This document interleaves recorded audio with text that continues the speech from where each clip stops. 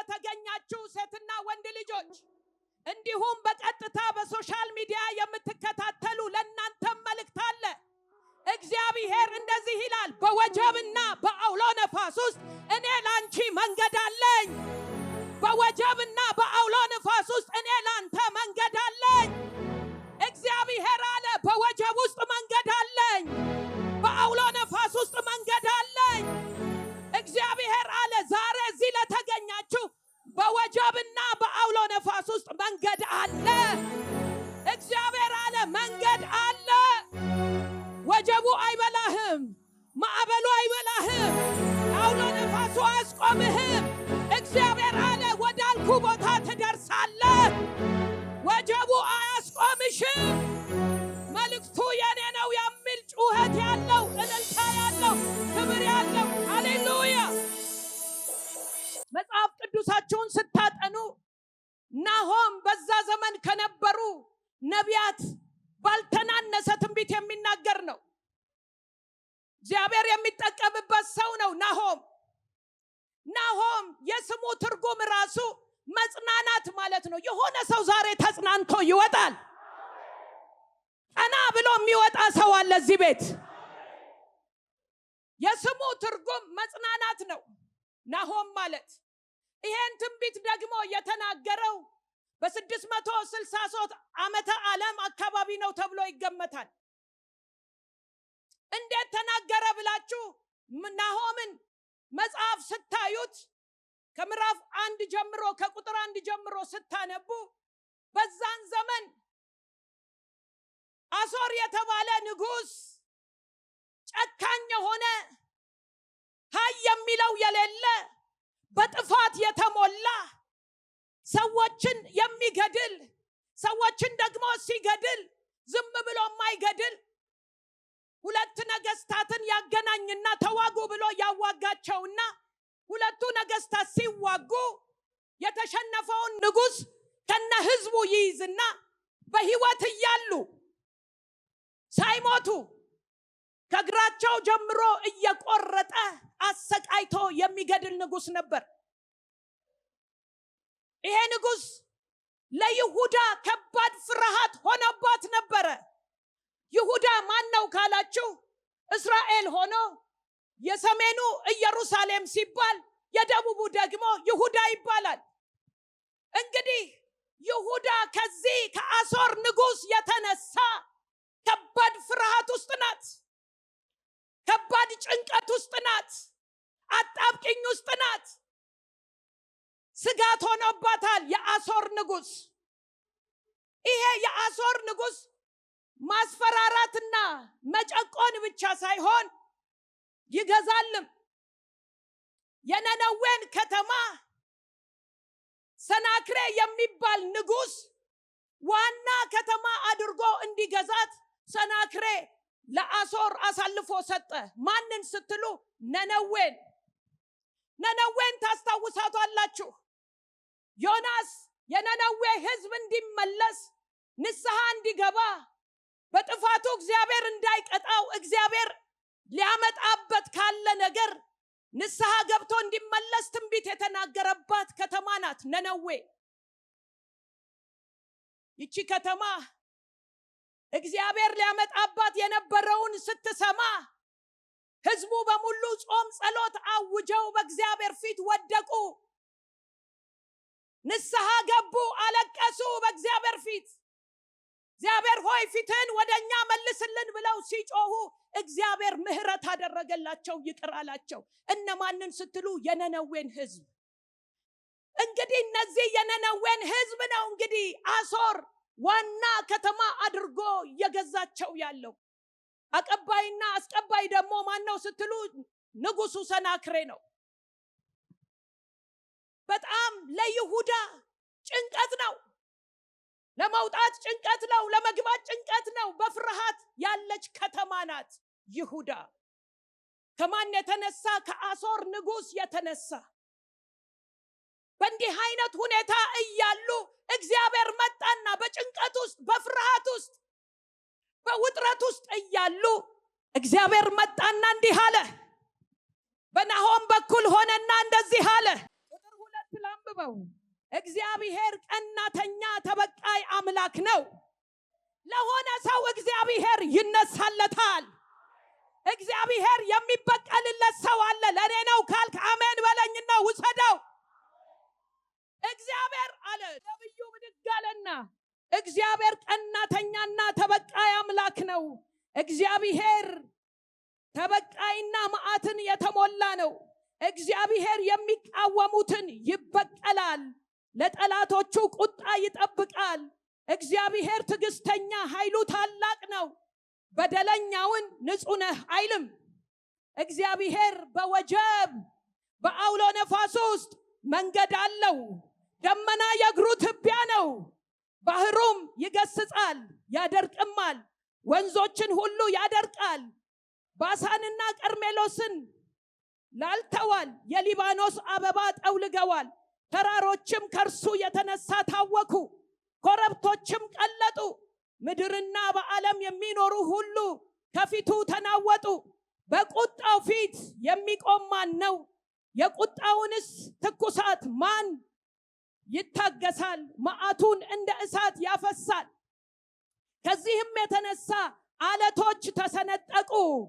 እግዚአብሔርን በመተማመን እግዚአብሔር መልካም ነው፣ በመከራ ቀን መሸሸጊያ ነው። በእርሱ የሚታመኑትን ያውቃል፣ ስፍራዋን ግን በሚያጥለቀልቅ ጎርፍ ፈጽሞ ያጠፋል። ጠላቶቹን ወደ ጨለማ ያሳድዳል። ስለዚህ አለ እናንተ ይሁዳ ስሙ፣ የተጨነቃችሁ ስሙ፣ የፈራችሁ ስሙ። እግዚአብሔር ስለናንተ ይበቀላል። እግዚአብሔር ስላንቺ ይበቀላል። የሚበቀለው ዝም ብሎ አይደለም። በዚህ አጣብቅኝ ውስጥ ደግሞ እሱ በወጀብና በአውሎ ነፋስ ውስጥ ምን አለው? መንገድ አለው። ስለዚህ አትፍሪ። ዛሬ ለአንድ ሰው መልእክት እግዚአብሔር እየተናገረ ነው። በወጀብና በአውሎ ነፋስ ውስጥ እኔ መንገድ ላንቺ አለኝ፣ እኔ ላንተ አለኝ። አዎ ሰናክሬ፣ አዎ አሶር ያስፈራሉ፣ ጨካኞች ናቸው። ለመግደል ወደ ኋላ አይሉም፣ ክፉዎች ናቸው። ግን አለ በዚህ ውስጥ ሰናክሬ እያለ አሶር እያለ በዚህ መከራ ውስጥ እኔ መንገድ አለኝ። በዚህ ጨለማ ውስጥ እኔ መንገድ አለኝ። በሚያስፈራ ውስጥ እኔ መንገድ አለኝ። መውጫ በማይመስለው ውስጥ መውጫ አለኝ። ማለፊያ በማይመስለው ውስጥ ማለፊያ አለኝ። መንገድህ ላይ የቆመውን ጠርጌ አሳልፈሃለሁ። ለአንድ ሰው ነው መልእክቱ፣ የኔ ነው የሚል ብቻ አየሩ ላይ አሜን ብሎ ይውሰደው። ስለዚህ አለ እግዚአብሔር መልካም ነው፣ በመከራ ቀን መሸሸጊያ ነው። በሱ የሚታመኑትን ያውቃል። ለነሱ መንገድ አለው። እግዚአብሔርን ለተማመኑ፣ በእግዚአብሔር የሚተማመኑ ወጀቡ አይበላቸውም፣ አውሎ ነፋሱ አያስቆማቸውም፣ ማዕበሉ አይገታቸውም። አልፈው መሄድ ይችላሉ፣ መሻገር ይችላሉ። አረ ሃሌሉያ! ልብስ ለብሳችሁ ስትወጡ፣ ተኳኩላችሁ ስትወጡ ምንም ችግር የሌለ ሊመስል ይችላል። ተደላድለን የምንኖር ልንመስል እንችላለን። በቤት ወጀብ የሆነ፣ በስራ ቦታ ወጀብ የሆነባችሁ፣ በቸርች ወጀብ የሆነባችሁ፣ ስትወጡ ስትገቡ ማዕበልና ወጀብ ያስጨነቃችሁ ለእናንተ ዛሬ እግዚአብሔር እንደዚህ ይላል፣ በወጀብና በአውሎ ነፋስ ውስጥ እኔ እግዚአብሔር መንገድ አለኝ። እኔ ለአንተ መንገድ አለኝ። ለአንድ ሰው እግዚአብሔር በር ከፍቶ የሚያሳልፈው አለ። ኧረ እኔ ነኝ የሚል አሜን ብሎ ይውሰደው። ትንቢተ ኢሳይያስ ምዕራፍ 43 ላይ ታወጡልኛላችሁ። ቁጥር 1 ላይ አሁንም ያዕቆብ ሆይ፣ የፈጠረህ እስራኤል ሆይ፣ የሰራህ እግዚአብሔር እንዲህ ይላል።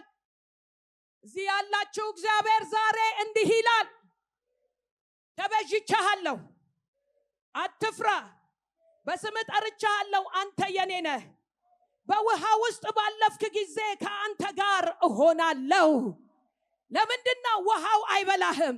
ሌላውን የበላ አንተን አይበላህም። ሌላውን የገደለ አንተን አይገልህም። ሌላውን ያስቆመ አንተን አያስቆምህም። ሌላውን ያበላሸ ያንተን ነገር ማበላሸት አይችልም። በውሃ ውስጥ ባለፍክ ጊዜ እኔ ካንተ ጋር እሆናለሁ። በውሃ ውስጥ መሄድ አይቻልም። ያሰጥማል፣ ይገላል።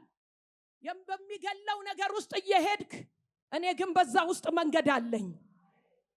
በዚህ በሚገለው ውስጥ እየሄድክ እኔ በዛ ውስጥ ምን አለኝ? መንገድ አለኝ። ስለዚህ አትፍራ። ቀጠለና እንደዚህ ይላል፣ በወንዞችም ውስጥ ባለፍ ጊዜ ምን አያደርግህም? አያሰጥምህም። ወንዞች አሁን ክረምት ነው።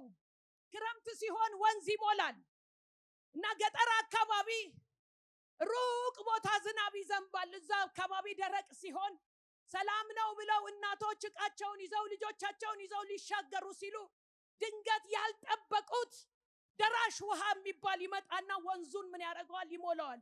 ሳያስቡት ወይ ልጃቸውን ወይ ዕቃቸውን ወይ ንብረታቸውን ይዞባቸው ይሄዳል። ወይኔ ይላሉ። ተረትም አለ ሲተርቱ፣ ለሚያልፍ ውሃ አደረገኝ ድሃ ይላሉ። ተረት ሁሉ ይተርታሉ። ይሄ ወንዝ ምን የሚያደርግ ነው? ጠራርጎ የሚወስድ ነው።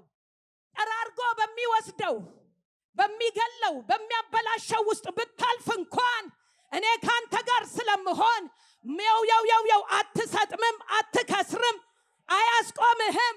በወጀብና በአውሎ ነፋስ ውስጥ እኔ መንገድ አለኝ። ለአንድ ሰው መልእክት ነው። ለአንቺ መንገድ አለኝ። ወንዙ ምን አያደርግህም? አያሰጥምህም። ይገላል፣ ይወስዳል፣ ባዶ ያስቀራል። ሌላውን አስቀርቷል፣ አንተን ግን አያስቀርህም። አንተን ግን ባዶ አያደርግህም። አንተን ግን አይደርስብህም። ምክንያቱም እኔ ካንተ ጋር ሆኜ ማዕበልና ወጀብ ውስጥ እኔ መንገድ እሰራልሃለሁ፣ ማለፊያ አደርግልሃለሁ። ለአንድ ሰው ይሄ መልእክት ነው። ማለፊያ ይዘጋጅለታል። በመስሪያ ቤት ወጀብ የሆነባችሁ፣ በቤት ወጀብ የሆነባችሁ፣ ማዕበሉ የበዛባችሁ፣ ለማን ላጸልይ ያላችሁ መከራችሁን ያየ እግዚአብሔር ዛሬ ማለዳ እንደዚህ ይላል፣ በወጀብና በአውሎ ነፋስ ውስጥ እኔ መንገድ አለኝ። አሳልፍሻለሁ፣ አስኬድሃለሁ። አትቆምም፣ ትሄዳለህ። አትቆሚም፣ ትሄጃለሽ። አረ ሰንጥቀሽ ትሄጃለሽ። ሃሌሉያ። ቀጠለና እንደዚህ ይላል፣ በእሳት ውስጥ በሄድክ ጊዜ ምን አያረግህም? አያቃጥልህም። ለምን? እንዴት ነው እሳት የማያቃጥለው? ያቃጥላል እኮ። ግን አለ እኔ ካንተ ጋር ስለምሆን፣ እኔ ካንቺ ጋር ስለምሆን እሳቱ ምን አያረግሽም? አያቃጥልሽም። እሳቱ ምን አያረግህም? አያቃጥልህም። የሆነ ሰው እሳት እያለ ግን አብቦ የሚወጣ ሰው አለ። መከራው እያለ ጨምሮ የሚወጣ ሰው አለ። ችግሩ እያለ ጨምሮ የሚወጣ ሰው አለ። እሳቱ የማይበላው ሰው አለ። ችግር የማያስቆመው ሰው አለ። ኧረ እኔ ነኝ የሚል እጁን ዘርግቶ አሜን ብሎ ይውሰደው። የሆነ ሰው እንደዚህ መልእክት እየተነገረው ነው፣ የኔ ነው የሚል ብቻ ብድግ ብሎ አሜን ብሎ ይውሰድ። በቃ ሆነ በኢየሱስ ስም። እሳቱ አይበላህም። እሳትማ ይበላል። በደንብ አድርጎ ነው የሚበላው። እሳት ተነሳ ሲባል እሳት አደጋ ሁሉ እየሮጠ ይመጣል። ሰፈር ሁሉ ይጮሃል። የሚያስጮህ ነው እሳት። ግን እንዲህ አይነቱ አንተ ቤት አይሆንም፣ አንቺ ቤት ላይ አይሆንም፣ አንተን አያገኝህም። እማትገኘው ካንተ የተነሳ ሳይሆን የኔ ህልውና፣ የኔ አብሮነት፣ የኔ ትልቅነት ካንተ ጋር ስለሚሆን እሳቱ አይበላህም። ዳንኤል ላይ ሄዳችሁ ስታነቡ ሲድራቅ፣ ሚሳቅ፣ አብድናጎን የሚባሉ 3 ሰዎች ታገኛላችሁ። እነዚህ ሰዎች በምርኮ ተወስደው በግዞት ቤት ያሉ ናቸው። በራሳቸው አገር አይደለም ያሉት። ናቡከደነጾር የሚባል ንጉስ ጣዖት የሚያመልክ፣ ጣዖትን አቁሞ የምድር ነገስታት፣ ከተሞች፣ ህዝቦች በሙሉ ለሱ ላቆመው ምስል እንዲሰግዱ የሚያደርግ ሰው ነው። ለዛ ደግሞ ለጣዖቱ ይሰዋል። የተሰዋውን ደግሞ ህዝቡን ይመግባል፣ ያበላል፣ ይደግሳል። ደጋሽ ነው። ያንን መስዋዕት፣ ያንን እርም ህዝቡን በሙሉ ያበላል። እነዚህ 3 ዕብራውያኖች ግን አምላካቸው ያህዌ የሆነ የተማመኑበት የተደገፉት እግዚአብሔር በዚህ ምድር ላይ ብንሆንም፣ በግዞት ብንሆንም፣ ስደተኞች ብንሆንም የሚሰገድለት አንድ አለ። አለ። በወጀብና በአውሎ ነፋስ ውስጥ መንገድ ያለው ጌታ አለ። ስለዚህ አንተ ላቆምከው ምስል እኛ ምን አናረግም? አንሰግድም። ሞት ነው እንሙት፣ ሞት ነው እንሙት። ብንሞት የምንሄድበትን እናውቃለን ያሉ የጨከኑ ወጣቶች፣ የወሰኑ ወጣቶች ዛሬ በእንዲህ አይነት መንፈስ የሚነሱ አሉ። የጨከኑ የወሰኑ የማያንፈገፍጉ ወጣቶች አሉ። እግዚአብሔር በክብር የሚሞላቸው ወጣቶች እዚህ ቤት አሉ። ኧረ እኔ ነኝ ፓስተር ተስፋ አለኝ የሚል አየሩ ላይ አሜን ብለህ ውሰደው። አንበላም።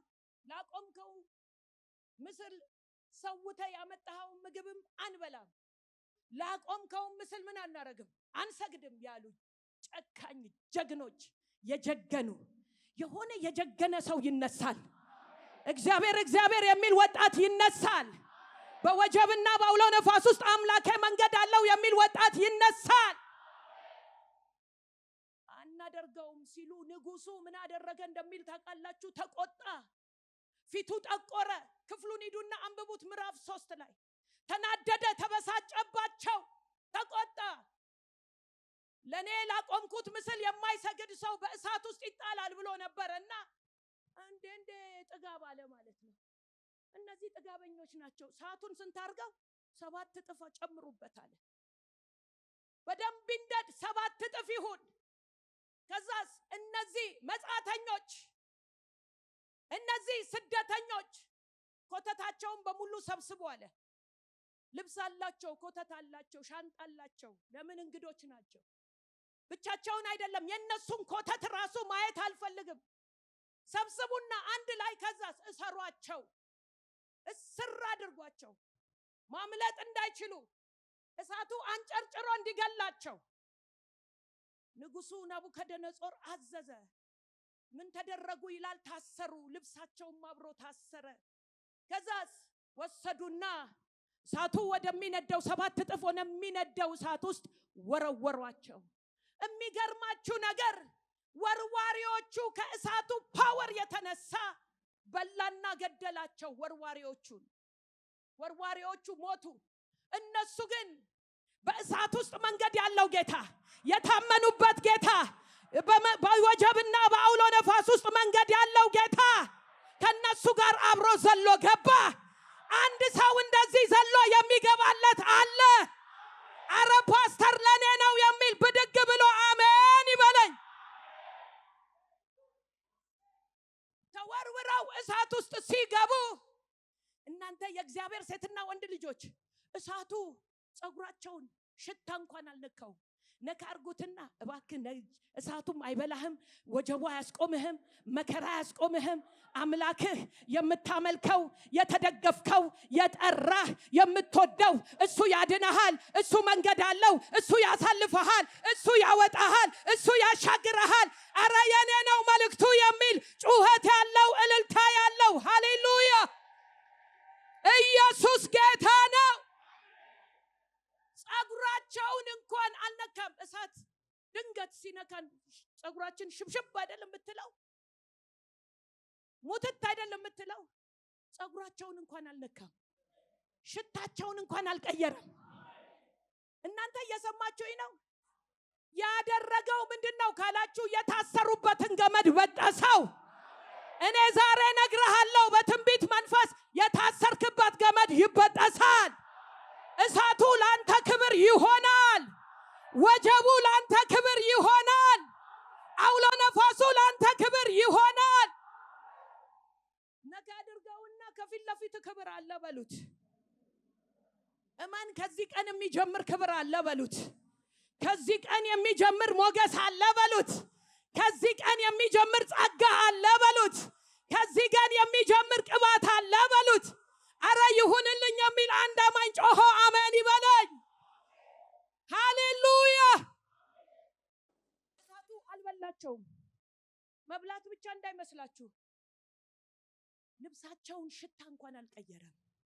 ለምንድን ነው ሲባል በወጀብ ውስጥ በአውሎ ነፋስ ውስጥ መንገድ ያለው ጌታ፣ አልፋ የሆነው ኦሜጋ የሆነው ትልቁ እግዚአብሔር ከነሱ ጋር አብሮ ስለሆነ እሳቱ አልነካቸውም። እርግጠኛ ሁኑ የእግዚአብሔር አብሮነት ከናንተ ጋር እንደሆነ። ወጀብ አይበላችሁም፣ ማዕበሉ አያስቆማችሁም።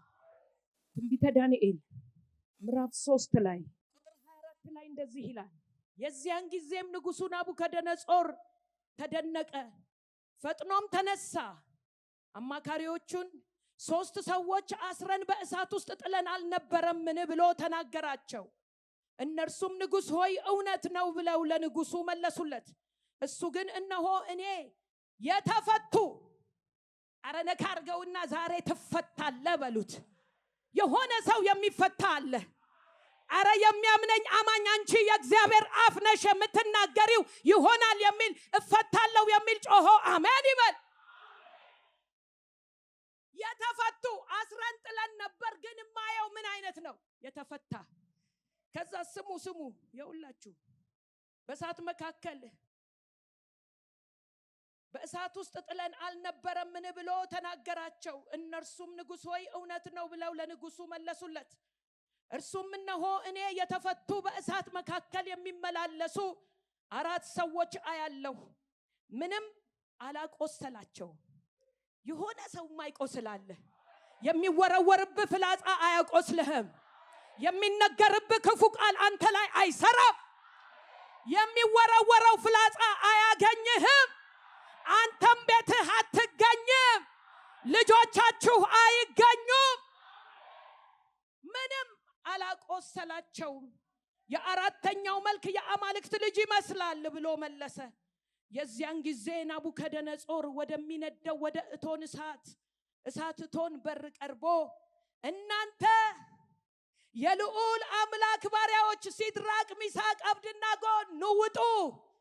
የሆነ ሰው ከገባበት የሚያወጣ የእግዚአብሔር እጅ ያገኘዋል። እኔ ነኝ የምወጣ የሚል ዝልል ብሎ አሜን ይበለኝ። ቀበርኩት ያለ፣ አበቃ ያለ፣ ከደንኩበት ያለ፣ ገደልኩት ያለ አይኑ እያየ ከእሳት ትወጣለህ። ከተቀበርክበት ዘለ ትወጣለህ። ያንተ ነገር ተፈቶ ይወጣል። ያንተ ነገር ይለቀቃል። አረ ይሁንልኝ የሚል አየሩ ላይ አሜን ብሎ ይውሰደው። ኑ ውጡ ብሎ ተናገራቸው።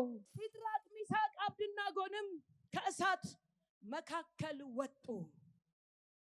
መሳፍንቱ፣ ሹማምንቱ፣ አዛዦቹ፣ የንጉሥ አማካሪዎች ተሰብስበው በእሳቱ በእነዚህ ሰዎች ላይ አካል ላይ ኃይል እንዳልነበረው፣ የራሳቸውም ጠጉር እንዳልተቃጠለች፣ ሰናፍላቸውም እንዳልተለወጠ፣ የእሳቱም ሽታ እንዳልደረሰባቸው ምን አረጉ?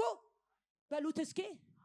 ጠላታችሁ እያየ፣ ውድቀትሽን የሚፈልግ እያየ፣ ሞትህን የሚፈልግ እያየ እግዚአብሔር ከእሳት እንደሚያወጣ፣ እግዚአብሔር ከእሳት እንደሚያድን አይናቸው ማየት ይጀምራል።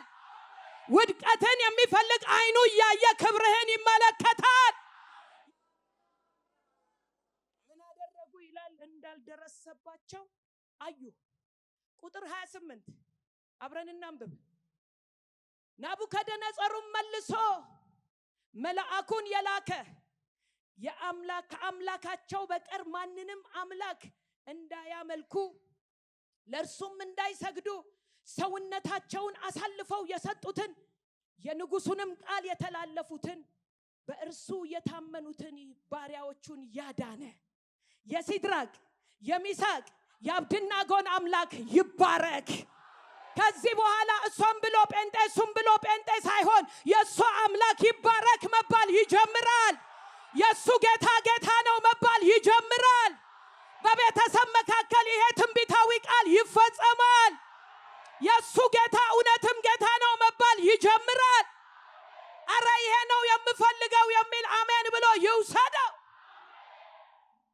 ቀጠለ። በዚህ አላቆመም። ልጨርስላችሁ ቃሉን። ይባረክ ካለ በኋላ እንዲህ ይላል፣ የሲድራቅ የሚሳቅ በአብደናጎን አምላክ ላይ የስድብ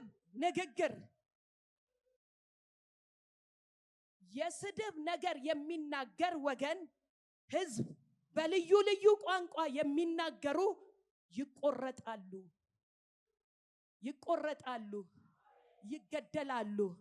ከዚህ በኋላ ያንቺን አምላክ መናገር፣ ያንተን አምላክ እሱ የሱ አምላክ ወይ ኢየሱስ እያለ ማሾፍ ይቆማል። ከዚህ በኋላ ያንተን አምላክ መናገር ሲጀምሩ አንደበታቸው ይዘጋል። መጽሐፍ ነው ያለው ይቆረጣሉ። አምላክ ባንተ ላይ ደምቆ ይታያል። እግዚአብሔር በወጀብና በአውሎ ነፋስ ውስጥ መንገድ እንዳለው ይታያል። ቀጠለ። ሁለተኛ ይላል ይቆረጣሉ ካለ በኋላ ሁለተኛ ቤታቸው የጉድፍ መጣያ ይደረጋል ብዬ አዝዣለሁ። ከሰፈር የሚወጣ ቆሻሻ ጠቅላላ መጣያ ይሆናል ቤቱ። ውርደት ይሆናል ቤቱ። መሸነፍ ይሆናል። ከዛስ አዝዣለሁ። የዚያን ጊዜ ንጉሱ ሲድራቅን ሚሳቅን አብድናጎንን በባቢሎን አውራጃ ውስጥ ምን አረጋቸው? በሉት እስኪ ከፍ አደረጋቸው። እመኑኝ፣ ይሄ ቃል የምትሰሙና የምታምኑ ሰዎች ከፊት ለፊታችሁ ይሄ ወጀብ፣ ይሄ አውሎ ነፋስ ክብር ይዞ ይመጣል። ለዚች ቤተ ክርስቲያን ክብር ይዞ ይመጣል። ይቺ ቤተ ክርስቲያን ወጀቡና አውሎ ነፋሱ መንገድ ይሆንላታል። ትንቢተ ኢሳይያስ ምዕራፍ 54 ላይ ቁጥር 11 እንደዚህ ይላል። የተቸገርሽ በአውሎ ነፋስም የተናወጥሽ ተቸግረሻል። አውሎ ነፋሱ አናውጦሻል፣ ማዕበሉ አናውጦሻል እያለ ነው። አንቺ የተቸገርሽ በአውሎ ነፋስ የተናወጥሽ ያልተጽናናሽ፣ እነሆ ድንጋዮችሽን ሸላልሜ እገነባለሁ። ኧረ ጮኸው አሜን። በሰርጴስ እመሰርትሻለሁ፣ የግንብሽንም ጉልላት በቀኝ ዕንቁ፣ በሮችሽንም በሚያብረቀርቅ ዕንቁ፣ ዳርቻሽ ሁሉ በከበሩ ድንጋዮች እሰራለሁ። እንደገና የሚቆም ሰው አለ። ወጀቡ ሳይበላው፣ አውሎ ነፋሱ ሳይበላው፣ መከራው ሳያስቆመው እንደገና የሚቆም አንድ ሰው አለ። ኧረ እኔ ነኝ የሚል አሜን ይበለኝ። እንደገና እሰራሻለሁ፣ እንደገና አቆምሻለሁ። እዚህ ላይ ተናውጠሻል አለ። አንቺ የተቸገርሽ በአውሎ ነፋስ የተናወጥሽ ያልተጽናናሽ፣ እነሆ ድንጋዮችሽን ሸላልሜ እገነባለሁ፣ በሰርጴስ መሰርትሻለሁ፣ የግንብሽንም ጉልላት በቀይ ዕንቁ፣ በሮችሽንም በሚያብረቀርቅ ዕንቁ፣ ዳርቻችሁን ሁሉ በከበረ ድንጋዮች እሰራለሁ። ልጆችሽም ሁሉ ከእግዚአብሔር የተማሩ ይሆናሉ። የልጆችሽ ሰላም ብዙ ይሆናል። በጽድቅ ትታነጫለሽ፣ ከግፍ ራቂ አታፍሪም። ድንጋጤ ወደ አንቺ አይቀርብም። እነሆ ይሰበሰባሉ፣ ነገር ግን ከእኔ ዘንድ አይሆንም። የሚሰበሰብብሽ ከእግዚአብሔር ስላልሆነ አንቺ ላይ አይሆንም። ድንጋጤ ወደ አንቺ አይቀርብም። እነሆ ይሰበሰባሉ፣ ነገር ግን ከእኔ ዘንድ አይሆንም። በአንቺ ላይ የሚሰበሰቡ ሁሉ ከአንቺ የተነሳ ይወድቃሉ።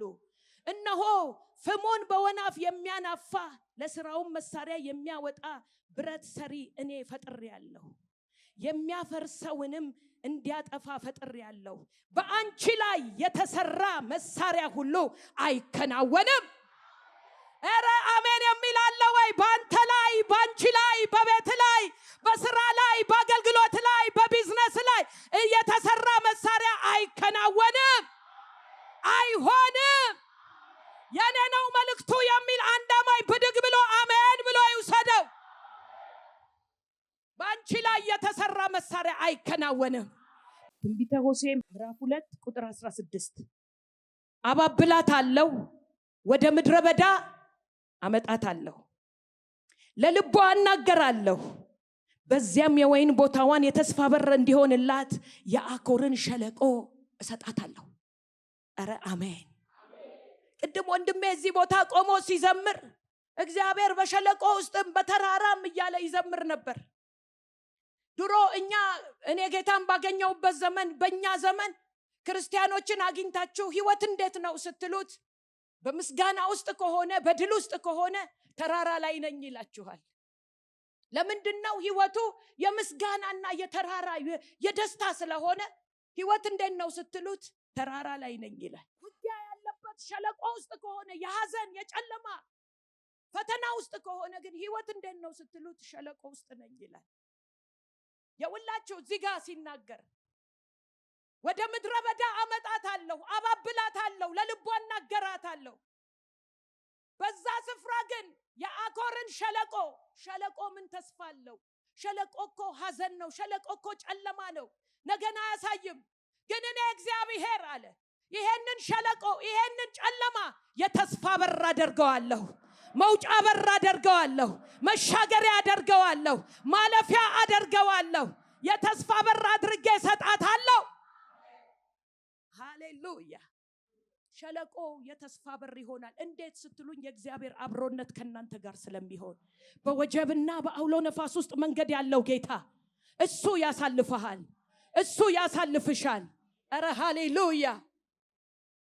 ጳውሎስ አለ ሰምታችሁኝ ቢሆን ኖሮ አድምጣችሁኝ ቢሆን ኖሮ ይሄን መንገድ አንጀምረው ስላችሁ እምቢ ብላችሁ መንገድ ጀመራችሁ። ይሄው አውራቂስ የሚባል አውሎ ነፋስ ገጠመን፣ ደረሰብን። ግን አለ ግን የሱ የምሆን የማገለግለው ዛሬ ሌሊት መልአኩን ልኮ ያው ጳውሎስ ሆይ በቄሳር ፊት ትቆም ዘንድ ይገባሃልና ይሄ ወጀብ አያስቆምህም፣ ይሄ አውሎ ነፋስ አያስቆምህም፣ ይሄ ማዕበል አይበላህም፣ ትሻገራለህ፣ አልፈት ትሄዳለህ። አረ ዛሬ አንድ ሰው ማዕበሉ የማይበላው አንድ ሰው አለ። እኔ ነኝ የሚል አንድ አማኝ እጁን ብድግ አድርጎ አሜን ብሎ ይውሰደው። አያስቆምህም አለው፣ ትሻገራለህ። መርከብ ነው የሚሰበረው እንጂ ከናንተ አንድም ሰው አይሞትም። በእውነት እንደተናገረኝ እንደሚያደርግ አምነዋለሁና አይዟችሁ በርቱ። ማዕበል አይበላንም፣ ወጀብ አይበላንም፣ አውሎ ነፋስ አያስቆመንም። አረ ሃሌሉያ። የማይቆም ሰው አለ።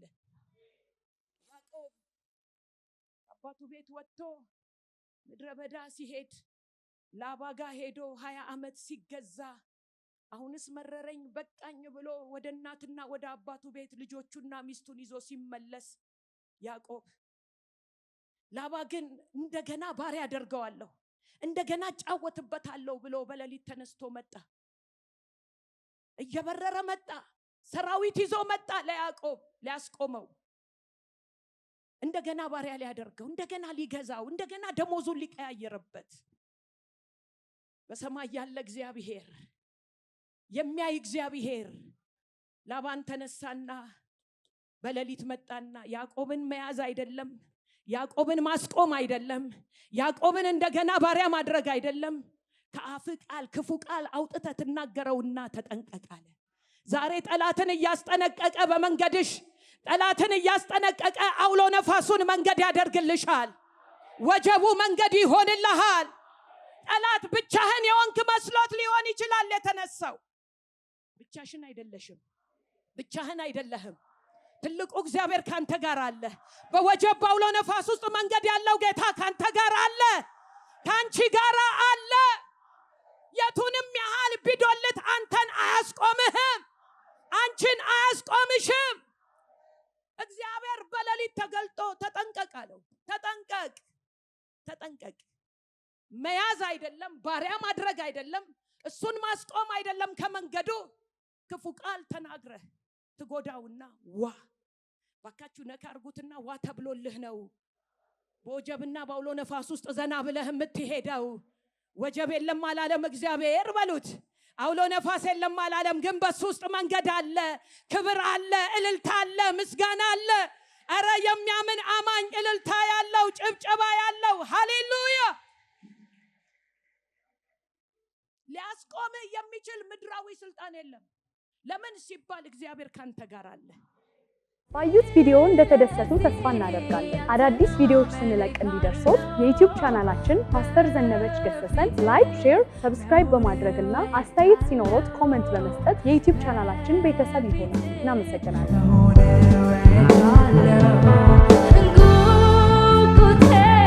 ፍላጎቴ ሁሉ